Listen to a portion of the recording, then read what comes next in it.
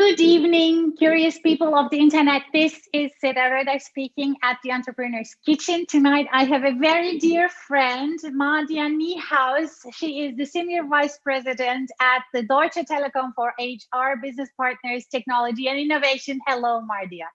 Hi, Seda. Nice to be here. It's so awesome and so lovely to have you here. It's been a while, huh? Absolutely. We haven't seen each other for a while, and obviously COVID had something to do with that as well, with no traveling between cities. But yeah, it's good to see you. Great to see you too. And thank you so much for having Entrepreneur's Kitchen in your kitchen. Mardia, I know that you are going to be preparing something from South Africa. For the people who don't know, she is from South Africa. How awesome is that? Yes, I am. It's not from South Africa. This is actually from East Africa, but you know, I feel totally African because I'm from the African continent. I was born and bred there. Actually, my parents and forefathers came to Africa probably in 1680 or so. Oh, okay, wow. I really feel totally African. And for me, the area that I'm preparing something from is a drink, because we had dinner already. And this is a drink called a Dawa. A Dawa, okay. Dawa means medicine in Swahili, in Kiswahili, medicine. So it's just medicine. And actually at a pharmacy, they call it duka la dawa, which is a shop where you buy medicine. And a Dawa is actually very much like a caipirinha. So that would be the kind of Brazilian counterpart. So what you do is you throw in some ice, of course, a lot of limes, as many as you want, but this is really kind of the secret, which is the limes, and some sugar, some brown sugar, or honey. I mean, it absolutely depends on what you like. And then some fine white rum. Okay. That you then throw a decent little tot on. And then the big thing, actually the fun thing in Kenya is that you then have a wooden stick usually. I took my kitchen utensil, and then you squeeze the lemon so that you get a lot of the lime, so that you get a lot of the lime and the ice mix, and that the sugar then dissolves. And you have a very nice drink that you can drink. That looks really good. So it's just only some three fine white rum, some ice, and brown sugar or honey. Exactly. And yeah, that's it. Brown sugar, lime, and white rum. And ice. Yeah. And perfect. That's it. Yes. Yum. Sounds really, really good. I'm having a Turkish, raki. Mm-hmm. Well, cheers to very you. Nice thing. Yeah. And actually, I'm going to make a salad, a very German salad, Gurkensalat. Okay, Gurkensalat. That is exactly that comes with my German, husband. We love it with some, just with some. How do you call this? Mustard. Mustard. Yes, mustard and olive oil. And some salt and pepper. I will be doing it at the same time as we talk. Before we go into the detail of our conversation, I would like to let people know that, as always, you can ask questions on Slido if you want to join the conversation, guys. It's Slido, and our event code tonight is 42736. 42736. If you want to ask any questions, we're looking forward to hearing from you, because there will be a ton of broad topics. Mardia, you have been with the Telekom, Deutsche Telekom, now for over 20 years. Yes. What a roller coaster of a ride. Yeah. And you had all sorts of different positions, but one of the most impressive is you being the CEO in Telecom in South Africa and bringing it from approximately 30 millions to a high of an incredible amount of like 400, 600. 300 million, yeah. within 4 years, which is even more impressive. Yeah. And from 300 people, 1,000 people approximately. 600 right? people to 3,000 people. Yeah. Oh my God. Yeah. Okay, so I was just reducing all the numbers in my head. Well, that is incredible. How does it feel to stick around in a company for such a long time and still be actually so active, impressed, passionate about it? Yeah. So this is very interesting, because sometimes when I look at how long I've been there, I can hardly believe it myself. But I thought about it the other day, because I was talking to someone and I was realizing in this more than 20 years that I've been with Deutsche Telekom, I had 11 roles. Wow. So you know, there was never a time to get bored. And my career, you know, took a very interesting turn, because I started my career, my background is that I'm a clinical psychologist by training. And I then started somehow in the human resources field, and became the human resources director of a little company at that stage. I was first in pay TV, and then I was headhunted and I really joined this company. It was a much smaller company than I was working at, but it was a very interesting company, and the CEO I really liked when I met him. And I then became the human resources director of a company called Debus IT Services. And at that stage, just after that, Debus was bought by Deutsche Telekom, and it amalgamated with the IT services arm of Deutsche Telekom to then form T-Systems. So you know, T-Systems South Africa was the company that I was working for. And I was working as a human resources director, and I just went home to have my third baby. And the company was going through quite a tough time, and we had a big reduction because our revenue, you know, we were not growing, we were not really getting any bigger, and we stayed with the same 3 customers. It was an IT services and solutions company. And I came back after my 5-month maternity leave. In South Africa, you know, you actually get 3 months if you are very lucky. Sometimes if you have it over a holiday and you saved up, then you could maybe take 4 months or 5 months. So I came back, and my CEO at that stage, I walked into the office after my maternity leave, and he said, listen, I actually want you to take over sales. And I said at that stage, you know, I don't know. I mean, I've got a 5-month-old baby and 2 other little boys, and I'm not sure. Give me some time to think about it. And I went back a week later, and I said, you know what? I'm ready for something different. I took over the sales role, but 6 months into the sales role, the CEO had a disagreement with the shareholders and left. So I was then put in as acting CEO for 11.5 months, until 11.5 months later, I said, no, I think you need to now either give me the job or not. So it's time to make a decision, which they then did. And I then became CEO. And I went through this incredible journey of growing the company, you know, from number 12 in the market to number 1 in a couple of years. I had an incredible team. It was in tough times, because it was around 2006 or 2007, you know, so it was during another time of the crisis, the whole economic and banking financial crisis at that stage. But nevertheless, yes, it was a 7-year wonderful, wonderful learning journey. And then I moved on to the next interesting role. That is really fascinating on so many different levels. One of them being you, a fresh mother. You know, that's already crazy with 3 kids. And then also being in a position from sales to becoming the CEO. How much of your clinical psychology background actually played into that role?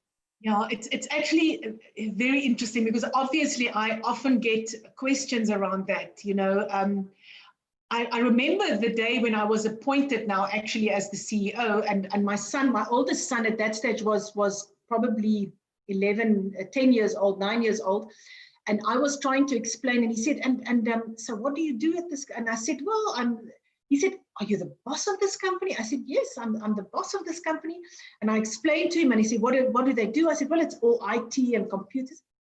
He said, how can they give you such a job? You know nothing about computers. Obviously seen from a 9 and a 10-year-old. Yes, perfect. Yes, well thank done. You. And but you know, the thing is, I said to him at that stage, I know about people. And you know, for me, of course, I think my background in clinical psychology helped tremendously in terms of understanding human dynamic, behavioral psychology, which I could translate into organizational dynamics and behavior. But you know, for me, in the end, if you're a leader, it is about understanding first yourself, really knowing who you are, what you are good at and what you are not good at. Because I think especially when you're a leader, then you need to build a team around you that complements you. And that is really brilliant in some of the things that you maybe are not that brilliant at, and that really complements your skills. And I think that maybe from a psychology background, maybe that was part of what helped me and supported me in this. I totally agree. But Mardia, how do you deal with the fear? It seems to be so many people in leadership positions who might be excellent in whatever they are doing, but just because of the fear, they go for mediocrity. Yes. Look, this is a question I'm forever thinking about, because, and I don't know if there's a gender aspect to this. I think it's not necessarily, but I think there are different angles. I often feel the fear of not being good enough, the fear of I was successful in that role. What made me think that I can replicate that in a next role? Fundamentally new dynamics, which sometimes is not in your control, and that you need to deal with. So yeah, the fear is a topic. And I have to say, one of the best compliments I've ever had in my life was when someone said, "You are brave. You are one of the brave." And I think that is probably a personal characteristic and a trait, a personality trait, because you need to, if you want to do interesting things or innovative things and you want to push the boundaries, you have to overcome that fear. You are not always going to do the right thing. You are going to make mistakes, and we do not live in a very forgiving environment when it comes to that. And some companies are better or worse at that kind of culture. I want to ask you one last question about this before transforming into your new leadership role. But how can you become in such a way self-reflective that you know what your fears are and you can act in spite of them? Yeah. Funny, I think a little bit of my background, of the clinical psychology background, because when you go through an assessment to become a psychologist, you go through extensive interpersonal scrutiny, let's put it this way. People really look at you from all angles. You're put under many, many different kind of pressure. So you really get to know yourself. And I don't think there's a short or an easy answer to that. You know, that for me is a process of learning. And of the first step is that you should want to learn. You should want to know.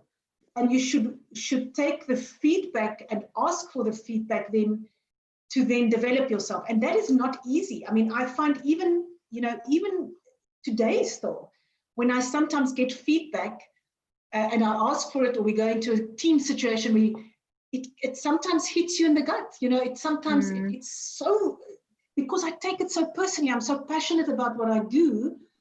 I'm so, I love what I do and I want to be good at it, because that's also obviously part of a little bit of my psyche is to be an achiever, to do well, wherever that might come from. And obviously you always have to ask, why is this, this thing that drives you?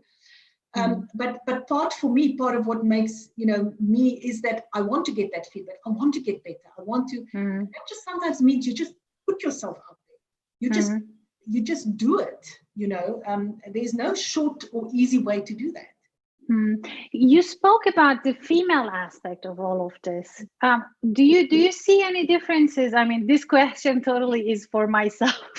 Is there, because sometimes I feel the same way about, giving feedback or even receiving feedback. So do you also think that there is a female aspect in giving and receiving feedback that makes it more emotional or anything, or is it just actually it's emotional for everyone? It's just I think getting feedback is emotional for everybody. I think it's how we deal with it. And I also think a lot of people don't ask for feedback if they don't want to hear it. So they just don't expose themselves to that. And I also find it's really interesting. There's a confidence thing that I think we live still in a very male world. And men have just learned, I think, to be more confident. There was this wonderful study by McKinsey, which took 2 groups of MBA students with exactly the same grades, exactly the same backgrounds and experiences. And they told both of them, they gave a job profile and they said, fill in this job profile and then evaluate whether you are, what kind of fit are you, 50%, 80%, 100%. The men, without fail, scored themselves 100% plus fit for the role. Oh, wow. Yeah. And the women scored them from 50 to 80%. Wow. It was very few women who said, I'm 100% fit. And that's something we need to work on. I think it's obviously part of socialization. It's part of the society that we live in. But we also, I often think I have to look at myself as well, and say, why is that? It's one of those things that I think, it's just one of those areas that we constantly have to work at and to develop. Very interesting. And now you are working to upskill, reskill, transform the workforce within the Deutsche Telekom. Can you describe a little bit of what you're doing exactly, and then also what kind of skills are important in today's world? Yes, it's so fascinating. When I got into this role last year, I had to start to do a lot of reading because I was working in the technology and innovation environment of Deutsche Telekom, which is really the area looking at the new innovations. Really, what kind of innovations do we need to develop for the customers that are out there? And with Corona happening, it's fascinating for me because as we speak, what customers want and what they need and what they require from us and expecting from us is changing, instantaneously. But the World Economic Forum said, that by, I think they said by 2023, 133 million new jobs in major economies are created to meet the demands of the digital economies. By 2030, we need to have reskilled about 1 billion people on this planet. Yeah. The open vacancies in German IT, in the German IT sector went from 43,000 in 2012 to 124,000 in 2019. So enormous amount of vacancies in that field. Now, these were numbers, obviously, that I looked at just before COVID happened. But I think they will, for these kind of skills, they will still remain relevant. So what are we doing at Deutsche Telekom? At Deutsche Telekom, we looked at our profile of employees.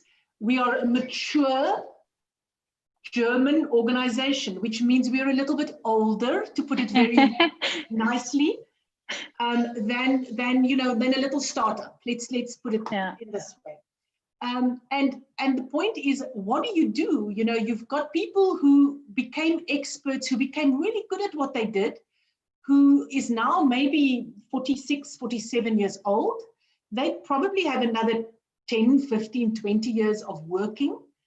But the skills that they learned 20 years ago, 25 years ago at university, no longer the relevant skills. We did as part of our whole exercise to look at which skills we needed to train.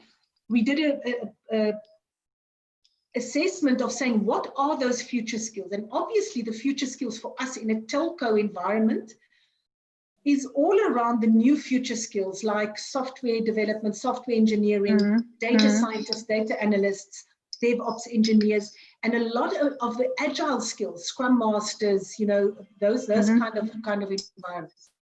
And we just realized that you need less of the very classic traditional. It's not that you don't need them any longer, but we will need less of middle management layers. We will need less of waterfall project managers and more agile project managers. So there's definitely a shift into these new skill areas. Now, what do? You can probably say, well, we will just, let everyone go and find them somewhere else, in a cheap location. Wait until they go by themselves. And which is not going to happen for the next 15 years. Let's put it this way. So the challenge is, and I feel also people who have really made an incredible contribution in the company and who also has incredible knowledge of the industry, of the business. Why can we not just transfer some of those skills?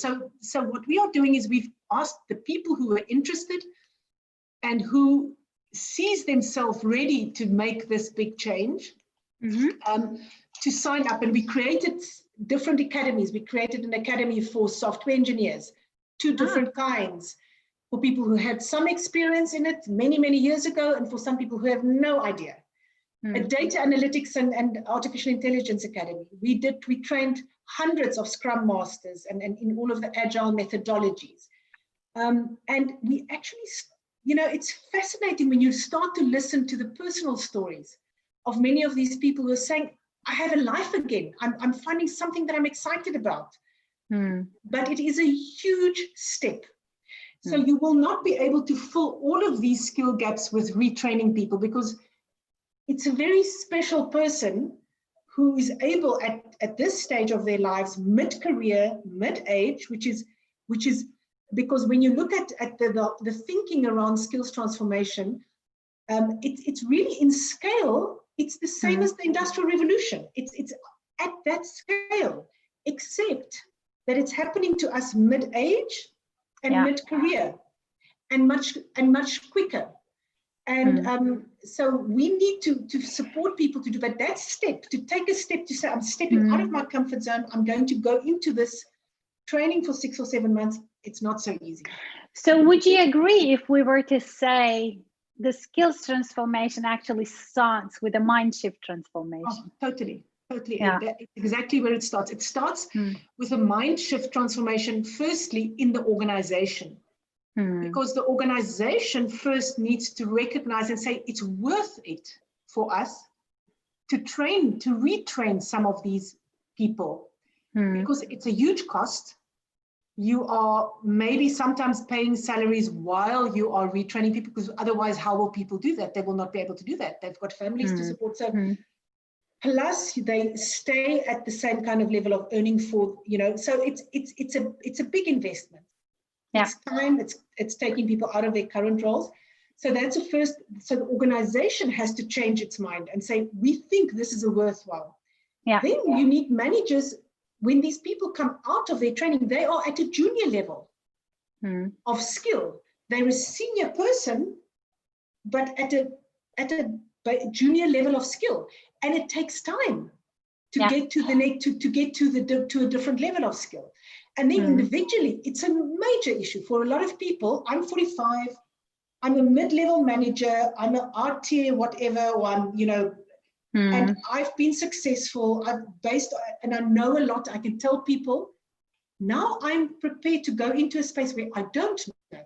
Yeah. And I'm not the super expert. That's a huge and shift. become a beginner again, right? Yes.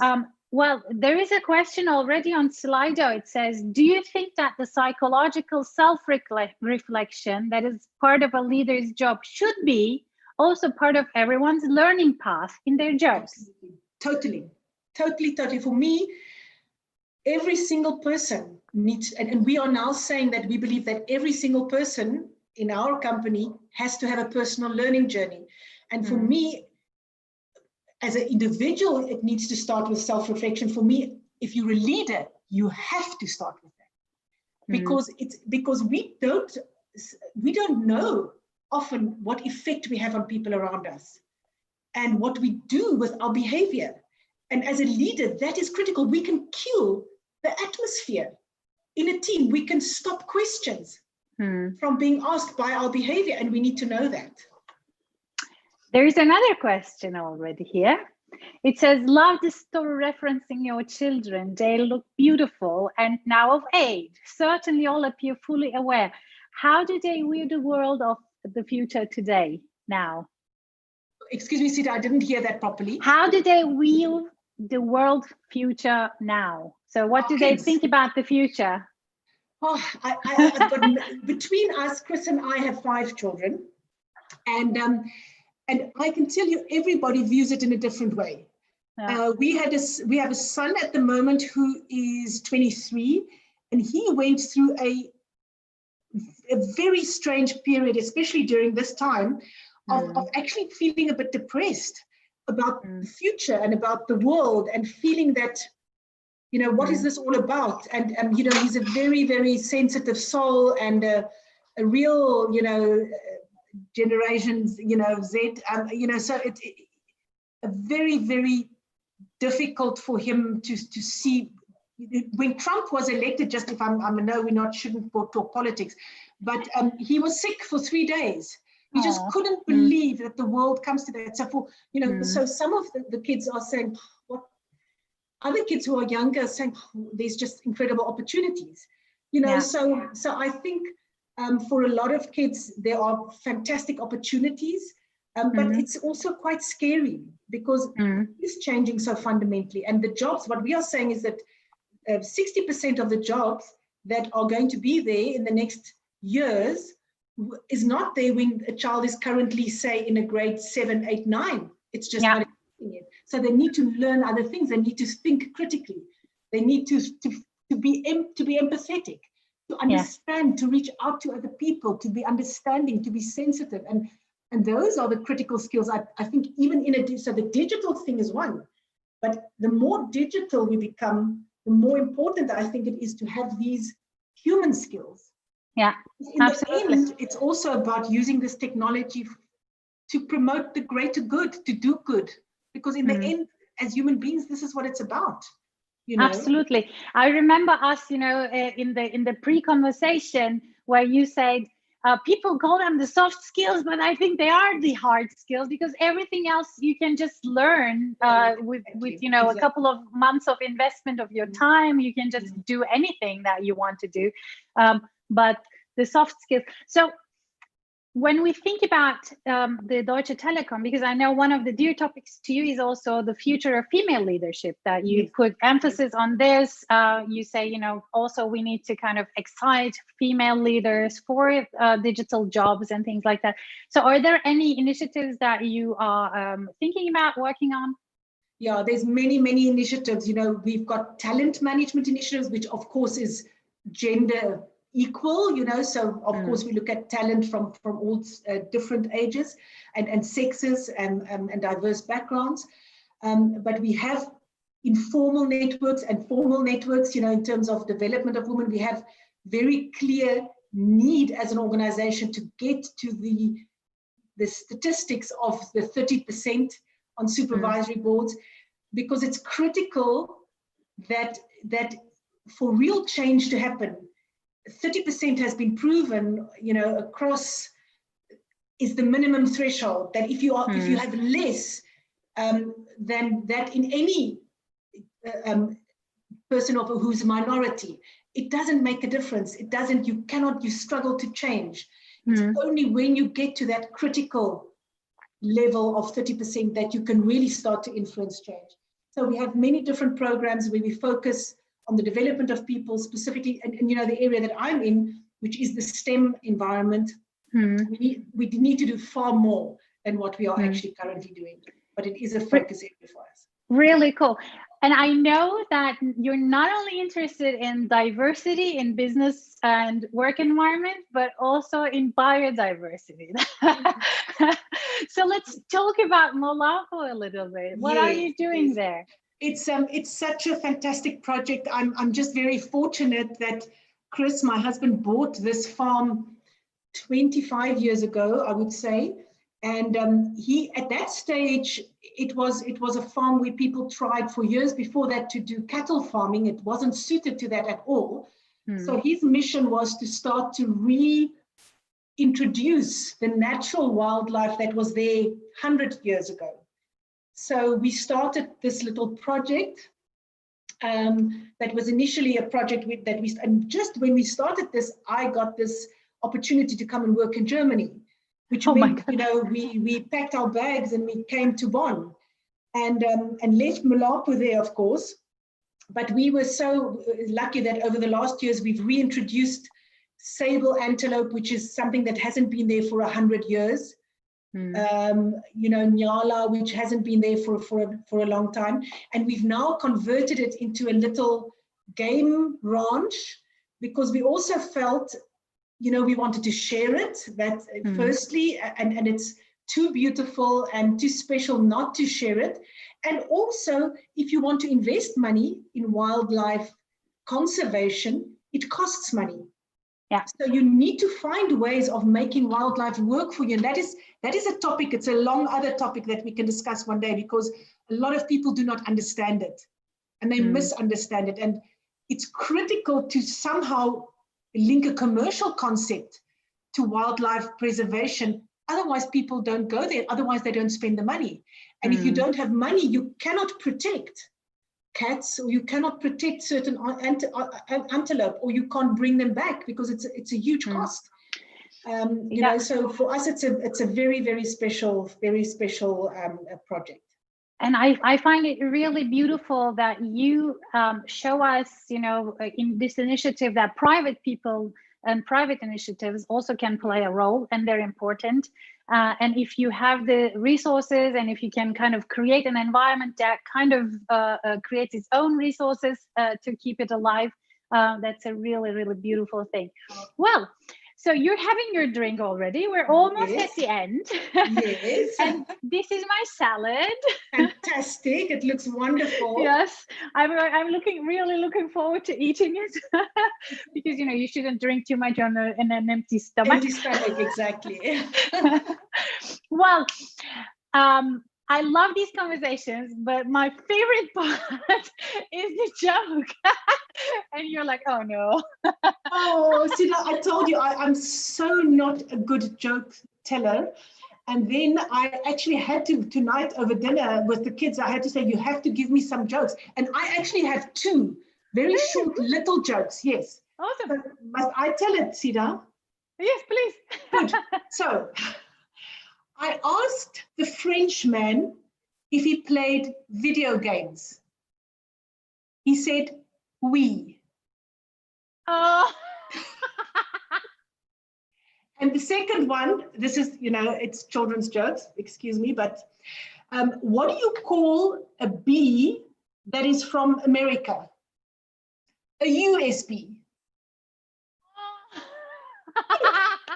That's a good one, actually. That's a good icebreaker.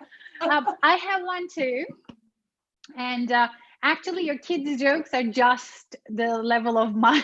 Okay, fantastic. I mean, I don't feel alone. I'm not proud, but I don't have a very extremely sophisticated. It happened too often that I didn't understand the jokes.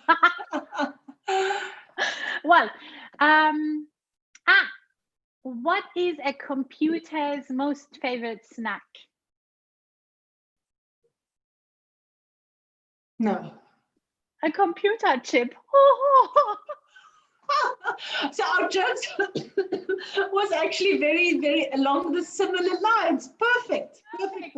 Extremely well done. Well, Mardia, it's been incredible with you. I can't believe how much we managed to fit into this short amount of time.